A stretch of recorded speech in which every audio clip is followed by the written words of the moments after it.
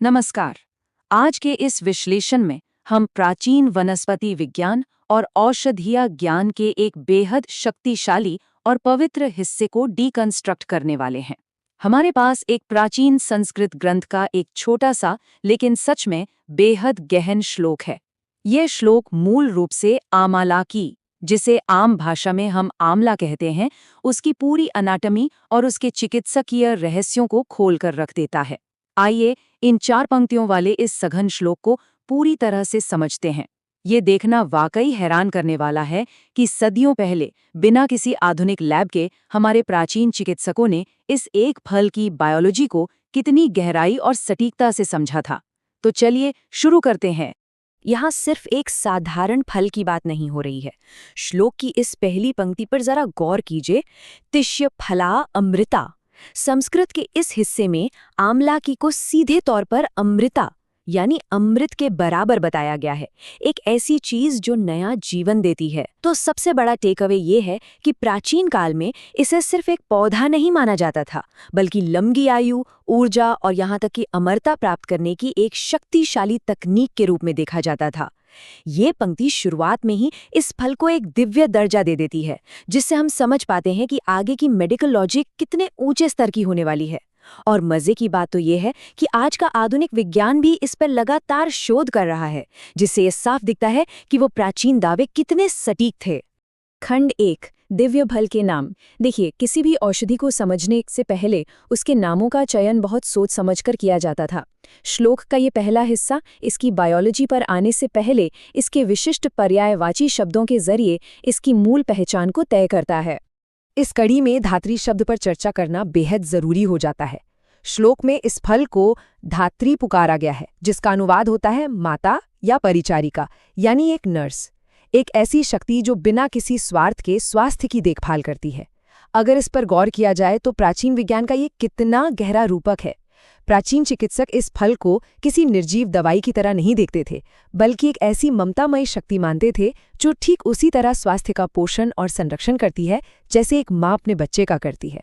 ये शब्द इसकी हीलिंग पावर को एक बेहद आत्मीय और पोषक भाव देता है, जो आजकल की मॉडर्न मेडिसिन में शायद ही कभी देखने को मिलता है।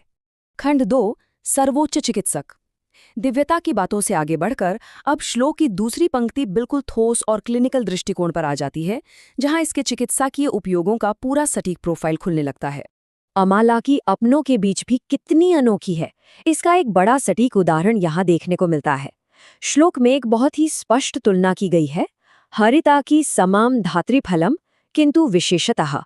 प्राचीन आयुर्वेदा में हरिताकी को वैसे ही एक महान औषधि माना जाता है, लेकिन यहाँ ये स्रोत बिल्कुल स्पष्ट कर देता है कि भले ही आमलाकी और हरिताकी दोनों समान रूप से शक्तिशाली हैं, फिर भी आमलाकी में कुछ ऐसे विशेष गुण हैं जो इसे एक कदम आगे ही रखते हैं। यानी प्राचीन औषधियों के दिग्गजों के बीच भी इसका अपना एक बिल्कुल अलग और सर्वोपरि स्थान है। तो आखिर वो चिकित्सा के दावे हैं क्या जो इसे इतना विशिष्ट बनाते हैं?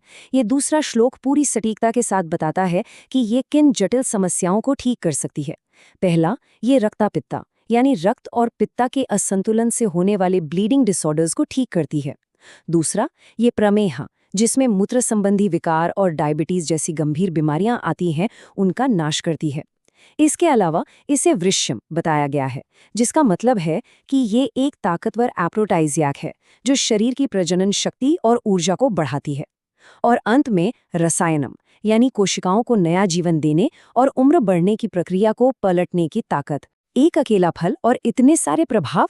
एक तरह से ये प्राचीन काल का अपना अल्टीमेट मल्टीविटामिन लगता है, बल्कि शायद एक बेहतर रेज्यूमे के साथ। आज के दौर में जब हर कोई सुपरफूड्स के पीछे भाग रहा है, तो ये समझना सच में दिलचस्प है कि हमारे पास कितना सटीक ज्ञान पहले से मौजूद था।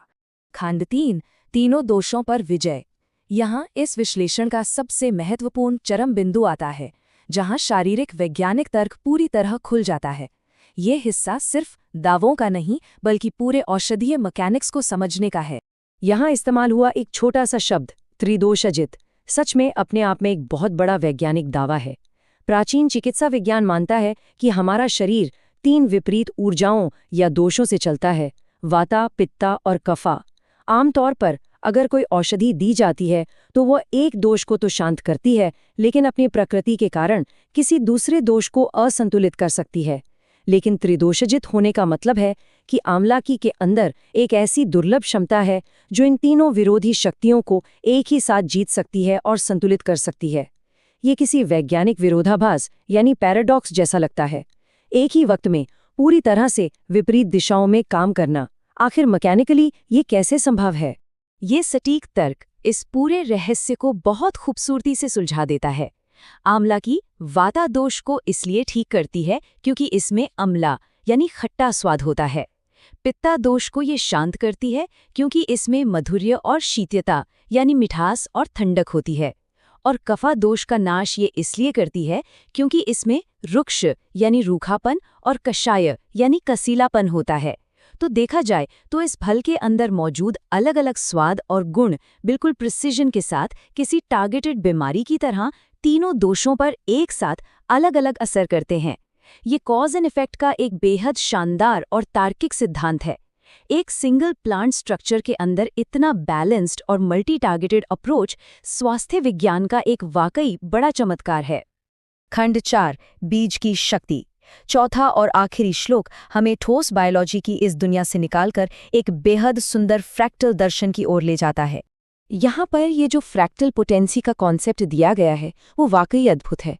श्लोक कहता है कि फल की मज्जा यानी इसके अंदर का जो सबसे छोटा बीज है उसमें पूरे फल का वीर्य यानी पूरी शक्ति और औषधीय गुण बिल्कुल वैसे ही समाये होते हैं जैसे उस पूरे फल में।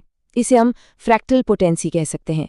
कहने का मतलब ये है कि प्राचीन ग्रंथ ये मानता है कि प्रकृति की बनावट कुछ ऐसी है जिसमें उसका सबसे छोटा हिस्सा भी अपने पूरे ढांचे की क्षमता का सटीक प्रतिबिंब होता है। पूरे फल में जो महान औषधीय गुण हैं, ठीक वही गुण उसके एक छोटे से बीज में मुकम्मल तौर पर मौजूद हैं। ये विचार स्वास्थ्य और प्रकृति को देखने का एक बिल्कुल नया नजरिया देता है। एक नन्हा सा बीज जिसके अंदर बीमारियों से लड़ने का पूरा खजाना छिपा है। और अंत में एक बेहद महत्वपूर्ण सवाल उठकर सामने आता है। अगर एक छोटे से बीज के अंदर इस पूरे फल की अनंत और विशाल शक्तियां छिपी हुई हैं, तो इस विशाल प्रकृति के सबसे छोटे और बारीक कणों में ऐसी और कौन-कौन सी महान चिकित्सकीय शक्तियां मौजूद होंगी? प्राचीन चिकित्सा विज्ञान का ये लॉजिक इस बात के लिए प्रेरित करता है कि वनस्पति विज्ञान की इन परतदार संरचनाओं की और गहरी खोज की जाए। इस आश्चर्यजनक औषधीय धरोहर को समझने का ये सफर सिर्फ एक फल पर आकर खत्म नहीं होता, बल्कि ये प्रकृति को और करीब से देखने की एक नई जिज्ञासा जगाता है। इस विश्लेषण के माध्यम से आमलाकी के इस प्राचीन ज्ञान को समझना निश्चित रूप से एक बेहद रोचक अनुभव रहा।